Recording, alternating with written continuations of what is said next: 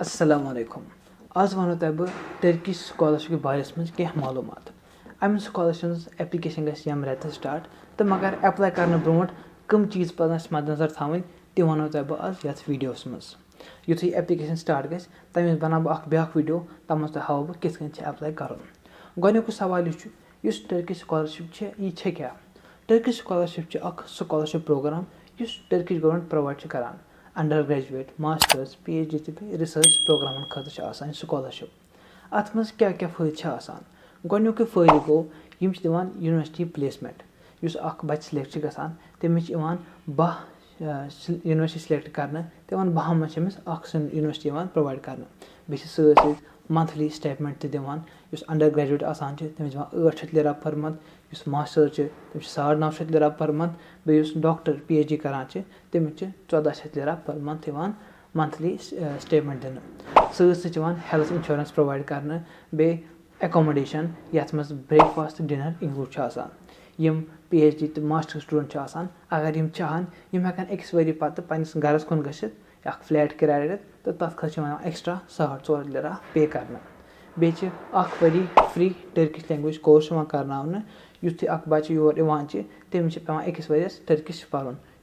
पूरा फ्री बे युथु अख बच्चे सिलेक्ट गसान अम सं गोनिच फ्लाइट टिकट पन्ने मुल्क पे टर्की बे अम सं डिग्री कंप्लीट गस पे पन्निस मुल्कस वापस गसन तो सो टिकट यह टर्किश स्कॉलरशिप थ्रू प्रोवाइड करना। वन सवाल कुस हेक अप्लाई कर अंडर ग्रेजुएट प्रोग्राम तथ खतर गस मैक्सिमम 21 वरी एज बे 70% परसेंटेज 12th मज मगर अगर तुम मेडिसिन कर MBBS या कर तथ गस कम से कम 90% 12th मज मास्टर तथ खतर गस 30 वरी मैक्सिमम एज तो बे गस 75% बैचलर डिग्री आशो PhD खतर तथ खतर 35% मैक्सिमम एज लिमिट आसान। एप्लिकेशन अत मज सारे खुद इम्पोर्टेंट 2 चीज़ अ गई SOP यथ स्टेटमेंट ऑफ पर्पज वन या लेटर ऑफ इंटेंट वन दयम लेटर ऑफ रिकमेंडेशन SOP यह लेटर तुम पान लेखान अत मज लेखान पन जिंदगी किस कर स्टार्ट तुह क्या शौक यह चैप्टर पढ़ने खतर टॉपिक पढ़ने खतर तुम क्या चाहान टर्की मज पर्न तो तुह यह लेखान वारिया असल पे बे प्रोफेशनली लेटर ऑफ रिकमेंडेशन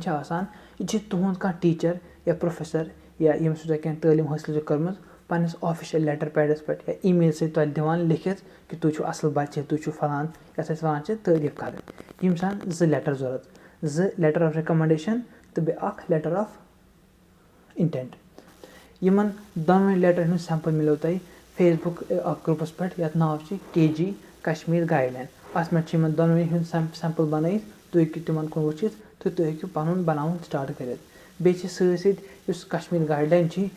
बाकी अपॉर्चुनिटीज प्रोवाइड करान वेबसाइट तम हूँ तुम फॉलो कर तो बे कम स्कॉलरशिप कम मुल्कन मन तुम हूँ तमो मालूमात हासिल कर टर्किश स्कॉलरशिप एप्लिकेशन प्रोसेस आसान 2 स्टेप गोनुक स्टेप तुम पन डिटेल लेखान पन लेटर ऑफ इंटेंट त्रावान पन लेटर ऑफ रिकमेंडेशन त्रावान तो पे करान सबमिट युथु तुम सबमिट करान करान अत इवेल्युएशन अगर यमन बसो तुहद मार्क्स ठीक तुहद लेटर ऑफ रिकमेंडेशन ठीक तुम गसान पे शॉर्ट लिस्ट 2 स्टेजस खतर यथ मज इंटरव्यू गसान पे इंटरव्यू तो अगर इंटरव्यू गो क्वालिफाई तुम सिलेक्ट करना इसलिए लेटर ऑफ इंटेंट बे लेटर ऑफ रिकमेंडेशन इन पे करू असल पे वन पे काम स्टार्ट युथु एप्लिकेशन स्टार्ट गस तुम हूँ अप्लाई कर बे यम दह एप्लिकेशन स्टार्ट गस तम दह बना बह डिटेल्ड वीडियो किस अप्लाई कर कमन चीज़ों ध्यान थवन। उम्मीद है तुम वीडियो पसंद आमुत तो बे वात तिमन सारे लुकन तान यमन यह फ़ायदे हेक वात अत मे तम कह लुक यमन लग वीडियो कुन मगर यम स्टूडेंट तिमन तान अगर यह वीडियो वात तम हेकन फ़ायदे रटित। अस्सलाम वालेकुम।